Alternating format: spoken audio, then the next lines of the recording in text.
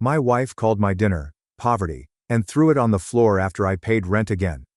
That night, I left quietly and started planning my divorce.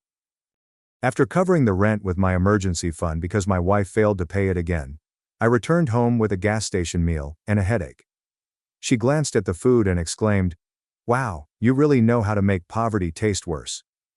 Then she threw it out, saying, "Try again tomorrow, idiot."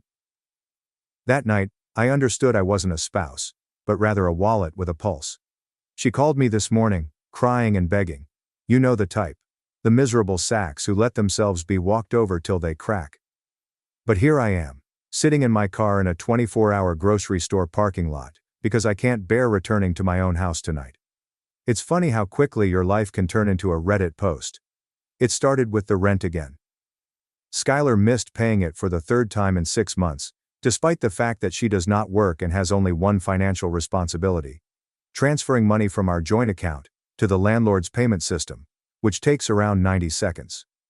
My landlord notified me of the late fee by text message this morning. $65 went down the drain, just like the $130 from the prior two forgets.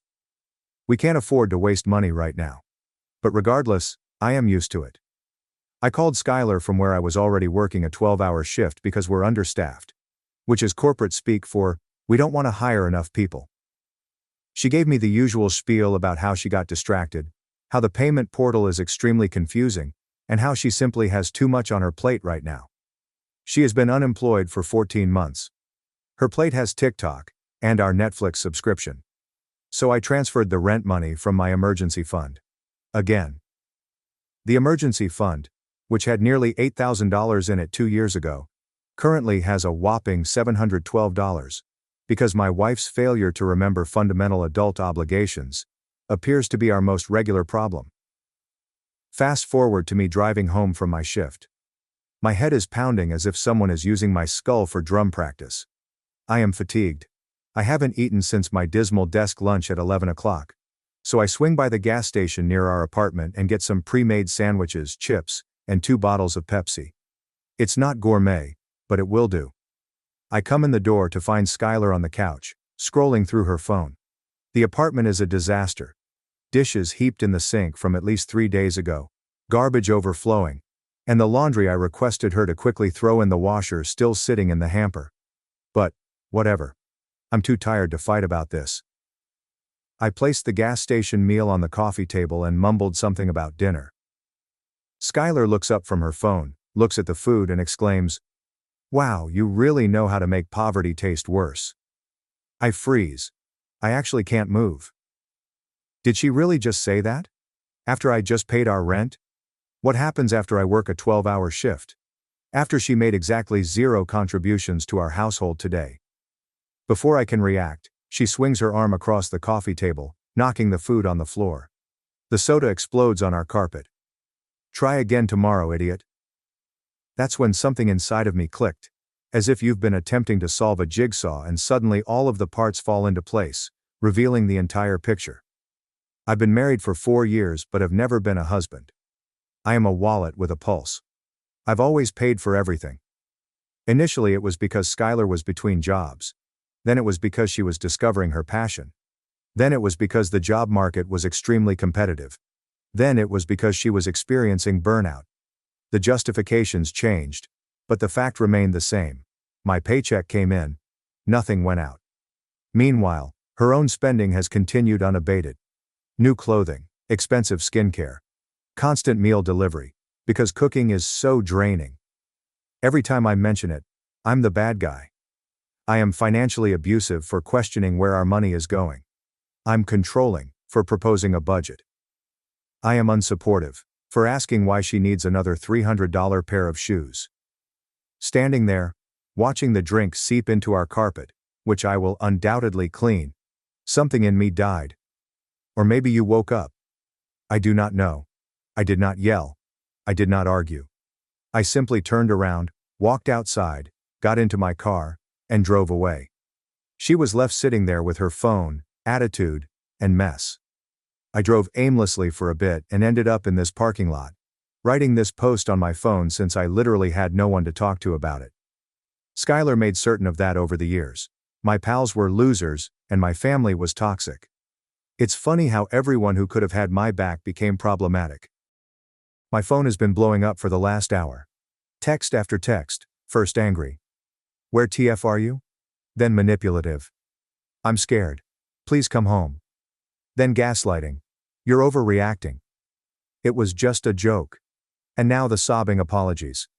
I'm so sorry, baby. Please come home. I didn't mean it. I have not replied to any of them. Instead, I've been doing mathematics. Cold, hard mathematics.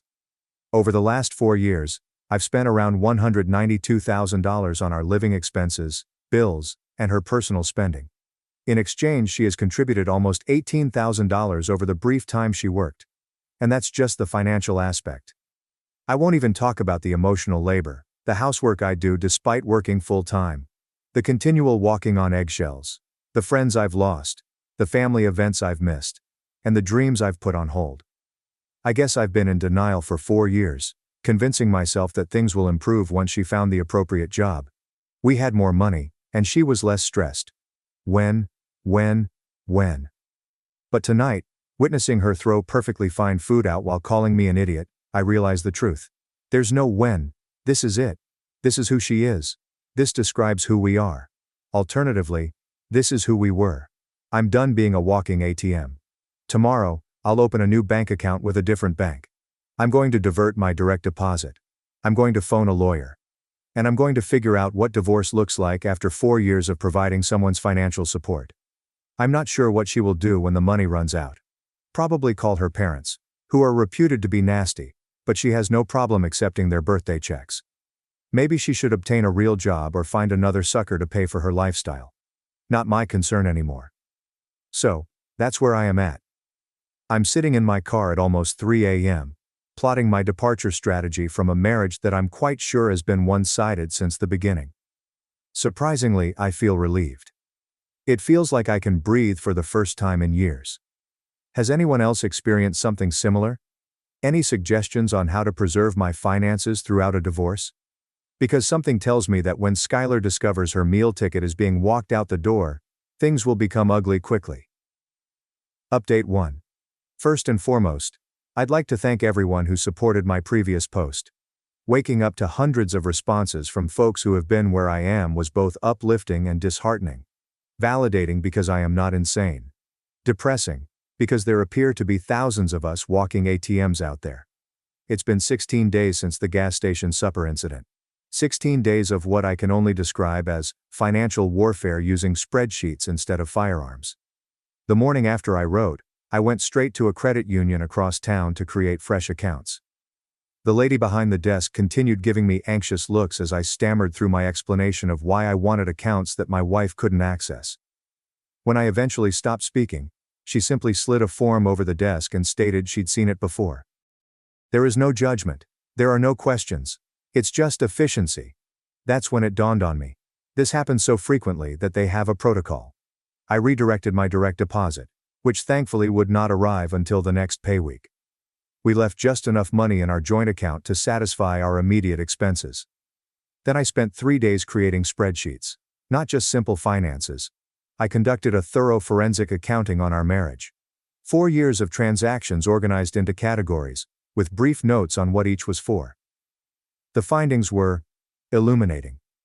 Skylar had spent $11,642 in the last year alone on clothes, makeup, and what I generously classed as personal items.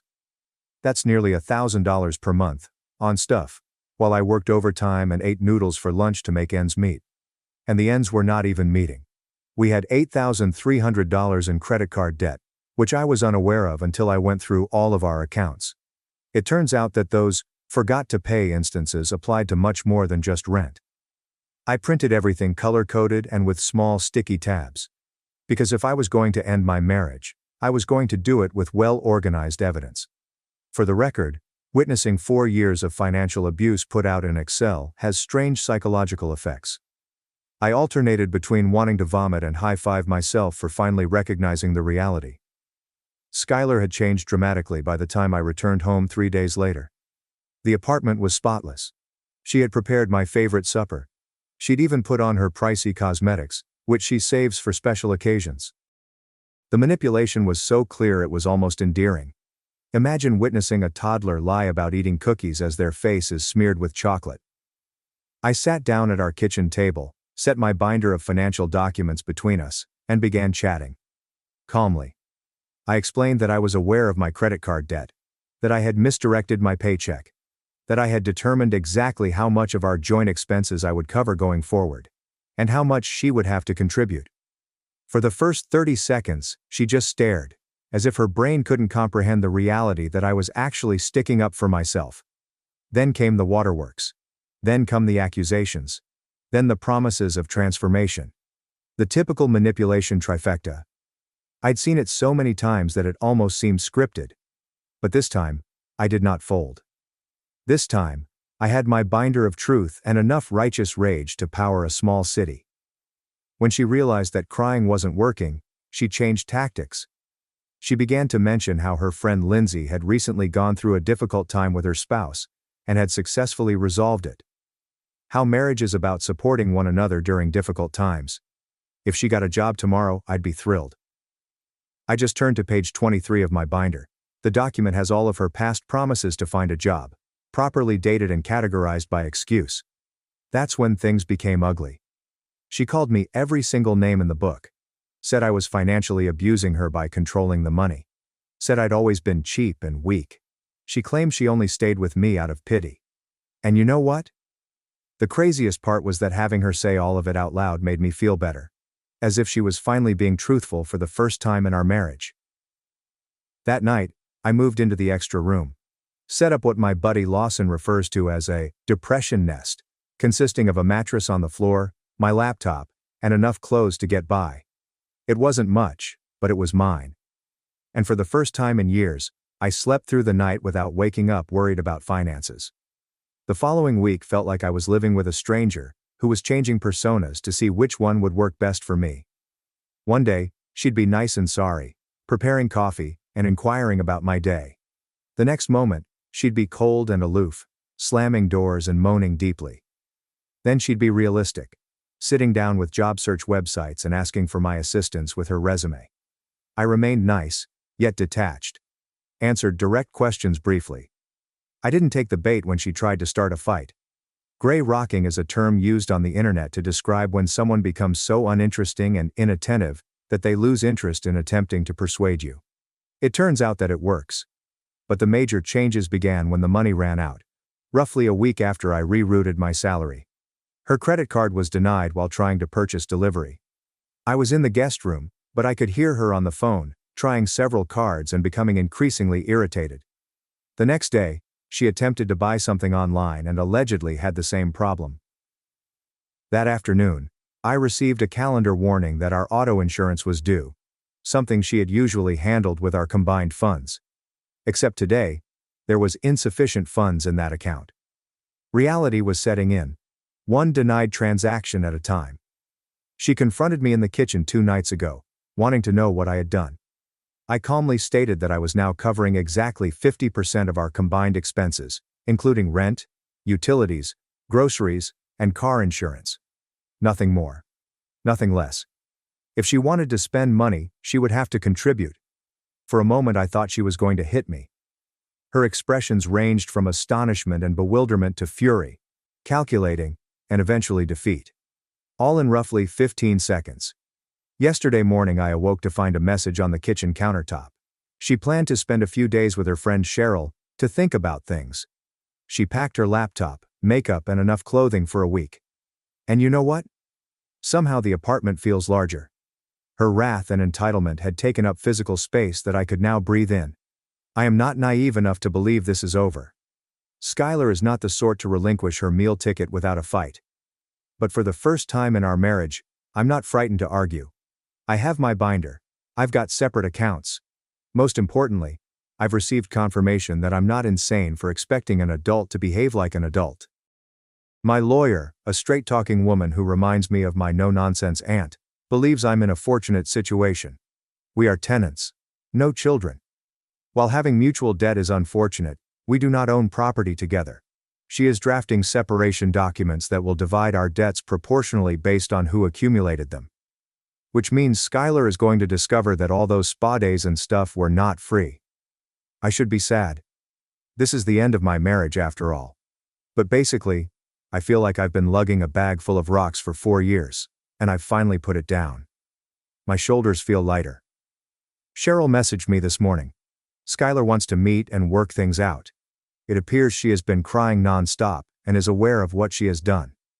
I agreed to meet her tomorrow at a coffee shop, neutral ground where she couldn't throw something, like my meal, or yell without humiliating herself.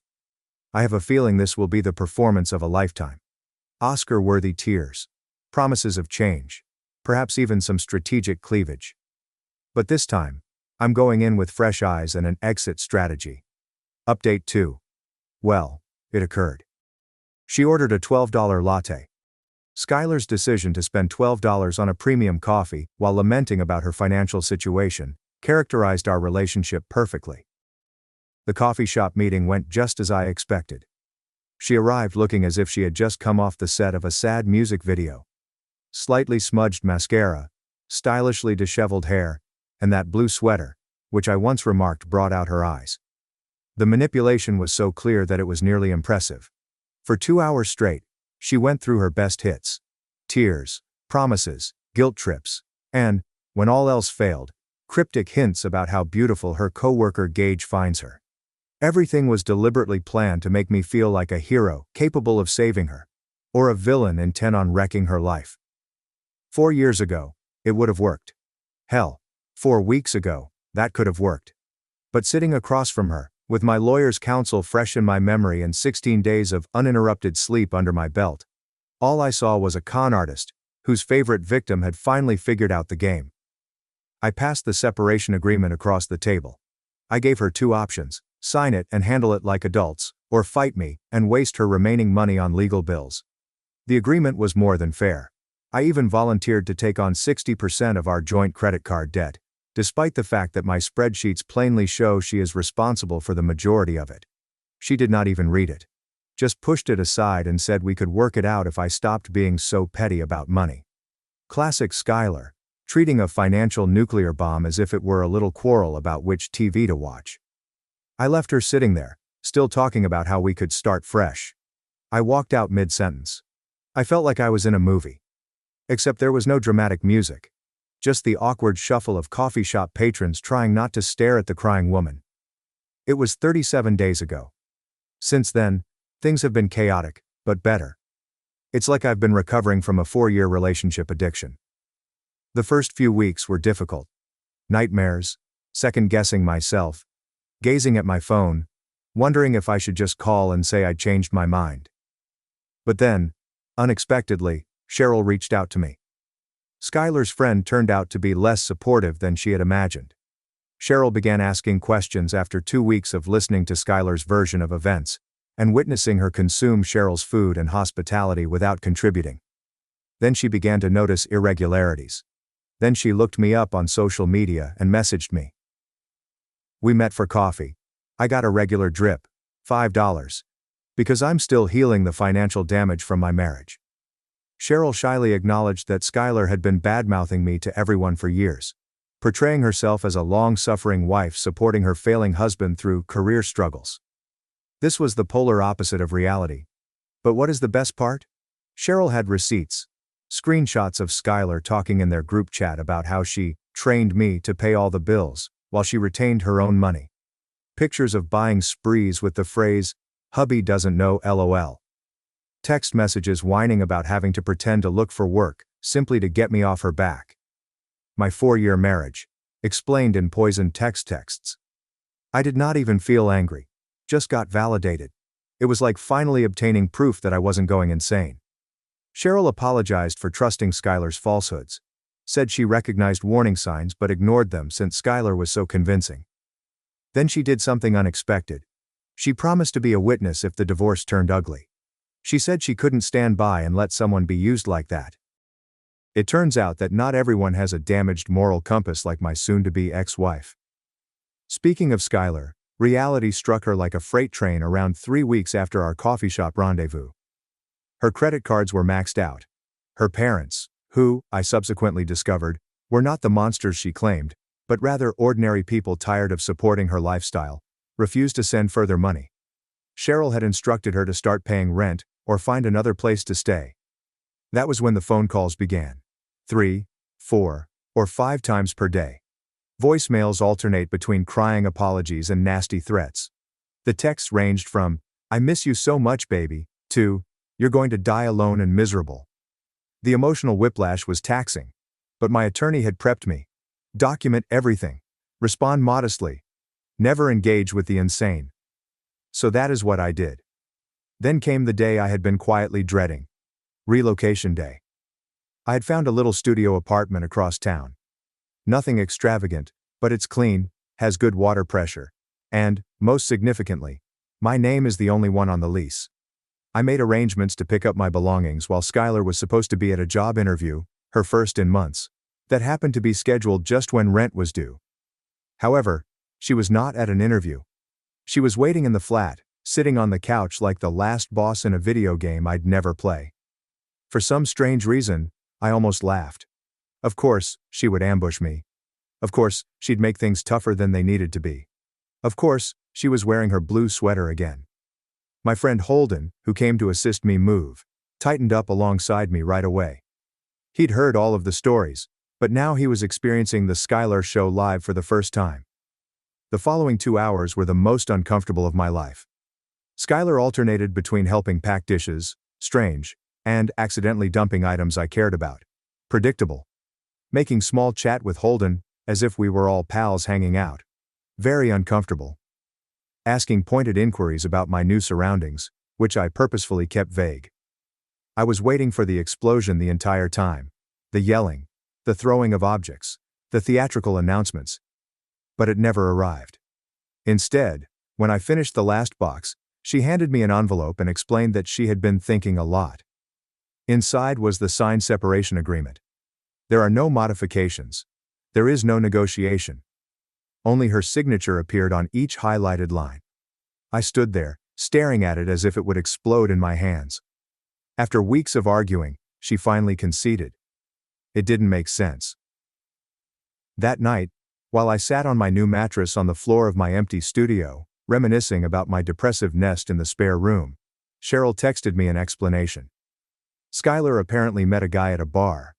Some guy with a nice watch and a fancy car believed her stories about her controlling ex were quite sympathetic. Some guy had previously volunteered to let her stay at his apartment until she could get back on her feet. She had found herself a new ATM. And it became clear that divorcing me as soon as possible was best for her. I should have felt relieved, and a part of me did. But another part of me felt a strange urge to warn the poor man. I want to show him my spreadsheets and screenshots, to protect him from what I had just escaped. I didn't, however. Some lessons can only be learned the hard way. The weeks following have been strangely normal. I go to work. I return home to my little but neat studio. I'm progressively developing my emergency money, which is now up to $1,012. I'm learning to cook beyond my basic bachelor's skills. I installed a budgeting program that does not make me want to throw my phone across the room. The divorce was finalized last week. There's no drama, no court appearance, just paperwork, and a strange dreamlike emptiness when I saw the word dissolved imprinted on what had once been my most significant commitment. I wish I could conclude with some deep wisdom, but the reality is, I am still processing. I still find myself reaching for my phone to text her about anything humorous. I'm still waking up confused when I don't feel her on the other side of the bed. Habits formed over 4 years do not disappear overnight. But I'm also rediscovering aspects of myself that have been dormant for years. I rejoined my old gaming group. I'm talking with my sister again. I purchased concert tickets without considering how many ramen dinners I would need to cover the cost. Thanks for watching and diving into this wild family drama with me. If you love Reddit family drama, don't forget to subscribe and turn on notifications so you never miss the next one.